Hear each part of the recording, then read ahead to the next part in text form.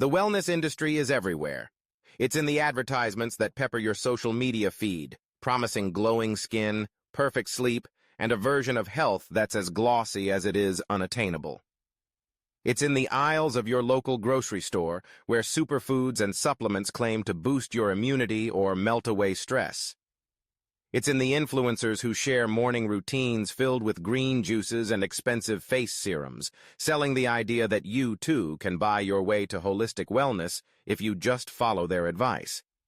But behind this explosion of products, programs, and promises lies a troubling reality. The wellness industry isn't just failing to deliver on its promises. In many cases, it's actively misleading you. To see how this has come to be, let's start by looking at the roots of the wellness movement. Once, wellness was a term used in medical and psychological circles to describe a holistic approach to health, one that considered not just the absence of disease, but the presence of physical, mental, and social well-being. In the 1970s and 1980s, wellness was about self-care, prevention, and balance. But as the decades passed, corporations and marketers saw an opportunity. The concept of wellness began to morph from a philosophy into a multi-billion-dollar marketplace. Today, the global wellness industry is worth over $4 trillion. It covers everything from supplements to spa treatments, from fitness trackers to detox teas, from organic foods to meditation apps.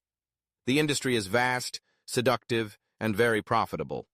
But beneath the surface, many of the claims made by wellness brands are exaggerated, unproven, or outright false. One of the biggest lies sold by the wellness industry is the idea that health can be bought. This belief is at the heart of countless products, vitamins, superfoods, powders, and cleanses that promise to optimize your body and mind. The truth is more complicated. While nutrition and lifestyle matter, most of these products are based on shaky evidence at best. Take supplements, for example. The vast majority of people with access to a balanced diet do not need extra vitamins or minerals. In fact, excessive supplementation can even be harmful. Yet, the supplement industry is booming, fueled by marketing that preys on our fears and desires. Consider the phenomenon of detoxing. Bottles of juice, cleanses, and herbal teas are marketed as ways to flush toxins from your body, to reset your system, to start fresh. But your liver and kidneys are already highly effective at removing toxins.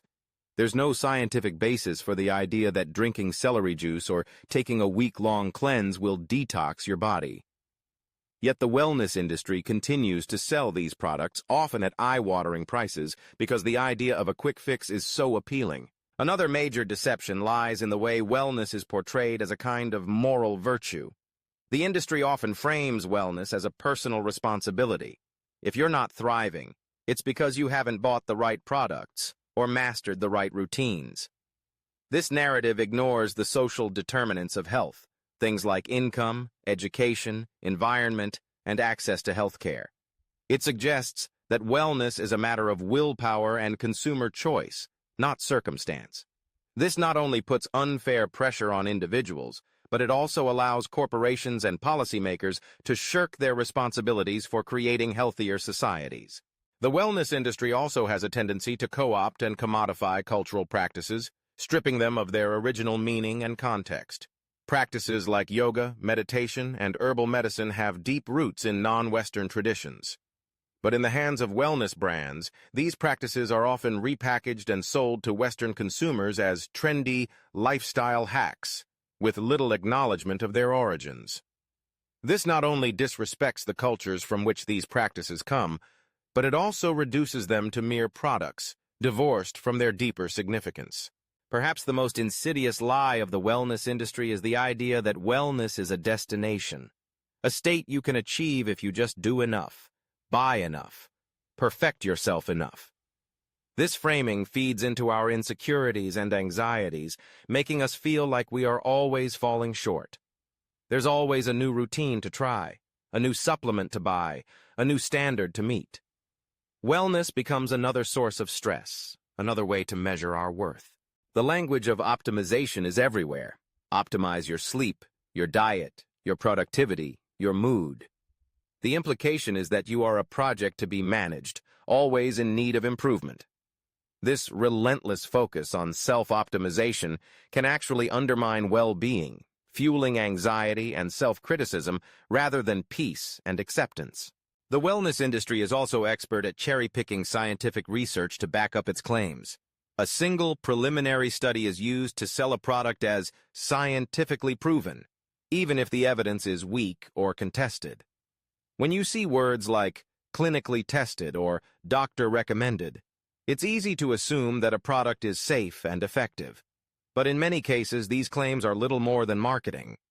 The regulatory environment for wellness products is often lax. In some countries, supplements and wellness products can be sold with minimal oversight or testing.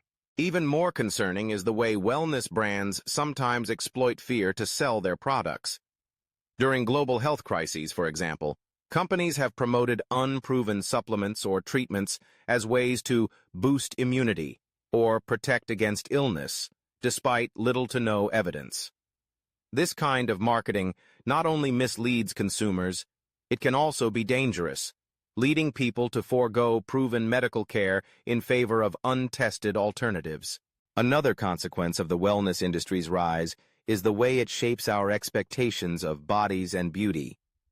The industry often holds up a narrow, idealized image of health: slim, young, glowing, effortlessly fit. Wellness is coded as something you can see on the outside, rather than something you feel on the inside. This focus on appearance can be damaging, especially for those who don't fit the industry's limited version of health. It can fuel shame, comparison, and disordered relationships with food and exercise. It's important to recognize that not everything in the wellness industry is a lie. There are legitimate products and practices that can support health and well-being. Exercise, mindfulness, community, and a balanced diet do matter. But the problem arises when these ideas are distorted for profit, when the promise of wellness is used to sell products that don't deliver, or when the pursuit of wellness becomes another source of stress and division. So, if the wellness industry is lying to you, what can you do about it? The first step is to become a more critical consumer. Start by questioning the claims you see in wellness marketing. If a product or practice promises a quick fix, a miracle cure, or a dramatic transformation, be skeptical. Look for evidence, not just testimonials or influencer endorsements, but well-conducted scientific studies. Remember that real wellness is rarely the result of a single product or practice. It's also important to resist the pressure to buy into every new trend. The wellness industry thrives on novelty, constantly introducing new superfoods, supplements, and gadgets. But you don't need to chase every fad to be healthy. Often the basics, things like regular movement, enough sleep, a varied diet, and meaningful social connections, matter far more than the latest supplement or device. Another way to protect yourself from the industry's lies is to focus on what feels good for you, rather than what's being sold to you. Wellness is deeply personal and can't be reduced to a checklist or a shopping list. What works for one person may not work for another. Pay attention to your own needs, preferences, and rhythms, rather than trying to force yourself into someone else's routine. It's also worth remembering that wellness is not just an individual pursuit. Many of the factors that shape health are outside of personal control. The quality of the air we breathe, the safety of our neighborhoods, the availability of health care, the presence of social support. True wellness requires collective action, not just individual consumer choices. It means advocating for healthier workplaces, safer streets, and more equitable access to health care and nutritious food. It means recognizing that your health is connected to the health of your community and your environment. The wellness industry's focus on individual solutions can obscure these broader truths. It's easier to sell a supplement than to solve systemic problems. But if we want to build a healthier society, we need to look beyond what's on offer in the wellness aisle. The next time you encounter a wellness product or promise, take a moment to pause and reflect. Ask yourself, who stands to benefit from this? Is there solid evidence behind it? Does it align with your own values and needs? Is it something you truly want, or something you feel pressured to buy? It's okay to enjoy wellness products and practices. Many people find genuine pleasure and benefit in things like yoga, meditation, or nutritious foods. The problem is not with these practices themselves, but with the way they are marketed, commodified, and sold as the answer to all of life's problems. It's also important to extend compassion to yourself and others. The pressure to be perfectly well, perfectly optimized, is both unrealistic and unnecessary. Health is not a moral obligation.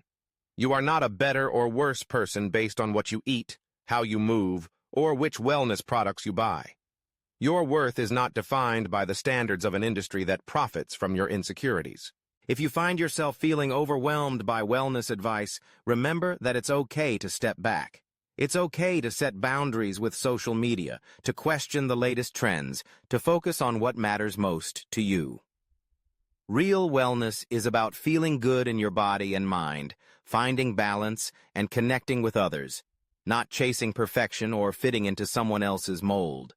The wellness industry will continue to evolve, finding new ways to sell us the dream of perfect health. But you don't have to buy into every lie it tells. By becoming a more informed, critical, and compassionate consumer, you can reclaim your own version of wellness, one that's grounded in truth, balance, and self-acceptance. Ultimately, wellness is not a product to be purchased, but a lifelong journey shaped by countless factors, both within and beyond your control. It's about listening to your body, nurturing your mind, and connecting with the world around you. It's about rejecting the idea that you are a problem to be fixed and embracing the reality that you are enough, just as you are. So the next time you see an ad promising to change your life, remember, real wellness isn't for sale. It's something you create, moment by moment, through the choices you make, the relationships you build, and the care you give yourself and others. Don't let the industry's lies define your journey. Trust yourself, seek out reliable information, and focus on what truly matters to you. That's the real path to wellness, one that no industry can sell and no one can take away.